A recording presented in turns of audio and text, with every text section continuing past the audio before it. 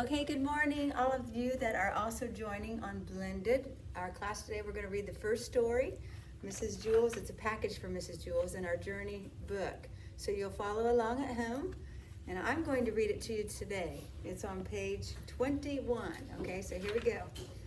Louis, the yard teacher, frowned. The schoolyard was a mess. There were pencils and pieces of paper everywhere. How'd all this junk get here, he wondered. Well, I'm not going to pick it up. It wasn't his job to pick up garbage. He was just supposed to pass out the balls during lunch and recess, and also make sure the kids didn't kill each other. He sighed, then he began cleaning it up. He loved all the children at Wayside School. He didn't want them playing on a dirty playground. As he was picking up the pencils and pieces of paper, a large truck drove into the parking lot. It honked its horn twice, then twice more. Louis ran to the truck.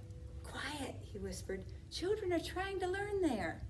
He pointed at the school, and a short man with a big bushy hair stepped out of the truck. I have a package for somebody named Mrs. Jules, he said. I'll take it, said Louis. Are you Mrs. Jules? Asked the man. No, said Louis. Oh, I have to give it to Mrs. Jules, said the man. Louis thought a moment, and he didn't want the man disturbing the children. He knew how much they hated to be interrupted when they were working. I'm Mrs. Jules, he said. But you just said you weren't Mrs. Jules, said the man. Well, I changed my mind, said Louis. The man got the package out of the back of the truck and gave it to Louis. Here you go, Mrs. Jules, he said. Ugh, Louis grunted. It was a very heavy package. The word fragile was printed on every side. He had to be careful not to drop it. The package was so big, Louis couldn't see where he was going, and fortunately, he knew the way to Mrs. Jules' class by heart. It was straight up. Wayside School was 30 stories high, with only one room on each story. Now, Mrs. Jules' class was at the very top. It was Louis's favorite class. He pushed through the door to the school, then started up the stairs. There was no elevator. There were stairs that led down to the basement too, but nobody ever went down there. There were dead rats living in the basement. The box was pressed against Louis's face, squashing his nose, and even so, when he reached the 15th floor, he could smell Miss Mush cooking in the cafeteria. It smelled like she was making mushrooms. Maybe on my way back I'll stop by Miss Mush's room and get some mushrooms, he thought. He didn't want to miss Miss Mushroom's mushroom, Mrs. Mush's mushrooms. That's kind of like a tongue twister. They were her specialty. He huffed and groaned and continued up the stairs. His arms and legs were very sore, but he didn't want to rest. This package might be important, he thought. I have to get it to Mrs. Jules right away. He stepped easily from the 18th story to the 20th. There was no 19th story.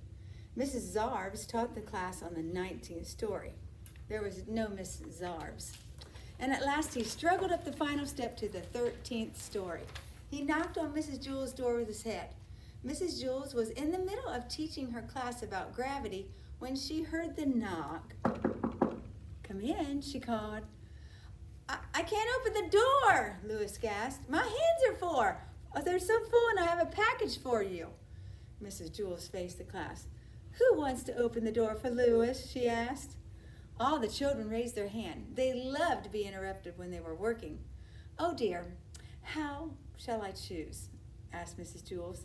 I have to be fair about this. I know we'll have a spelling bee, and the winner will get to open the door. Louis knocked his head against the door again. It's heavy, he complained, and I'm very tired. Just a second, said Mrs. Jules. Allison, the first word's for you, heavy. Heavy, said Allison. H-E-A-V-Y, heavy. Very good, Jason. You're next. Tired. Tired, said Jason.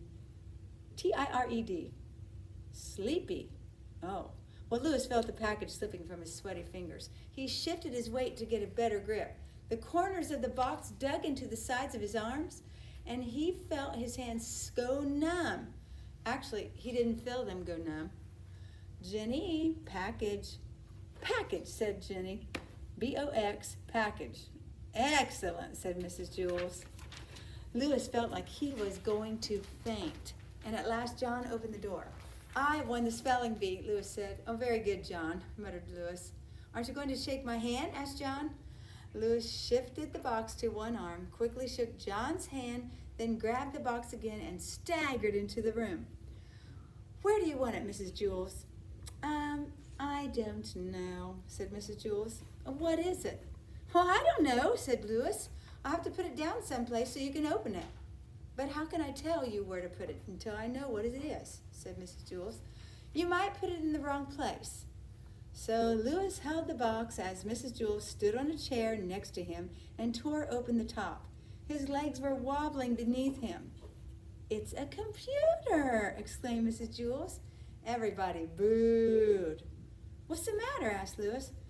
I thought everyone loved computers. We don't want it, Louis, said Eric Bacon.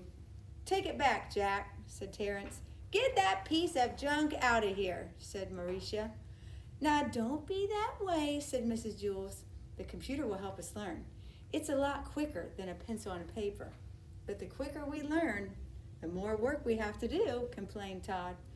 You may set it over there on the counter, Louis, said Mrs. Jewls. Louis set the computer on the counter next to Sherry's desk.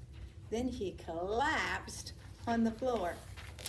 Now, watch closely, said Mrs. Jewls. Everyone gathered around the new computer. It had a full-color monitor and 2 disk drives. Mrs. Jewls pushed it out the window. They all watched it fall and smash against the sidewalk.